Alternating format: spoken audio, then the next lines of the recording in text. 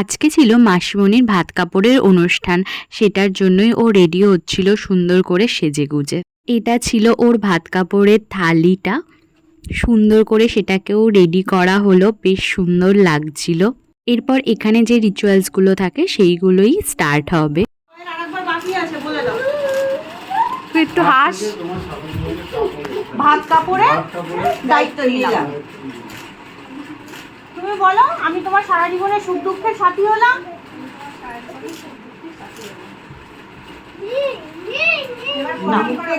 আর এখানে না একটা নিয়ম আছে, বউ বরকে একদম প্রণাম করবে।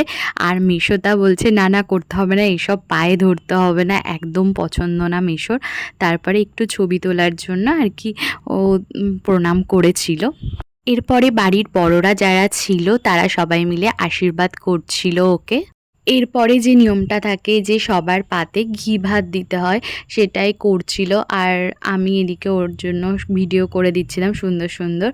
আর আমিও এই বাড়িতে ছিলাম বলে আমাকেও সবাই বসিয়ে দিয়েছিল খেতে।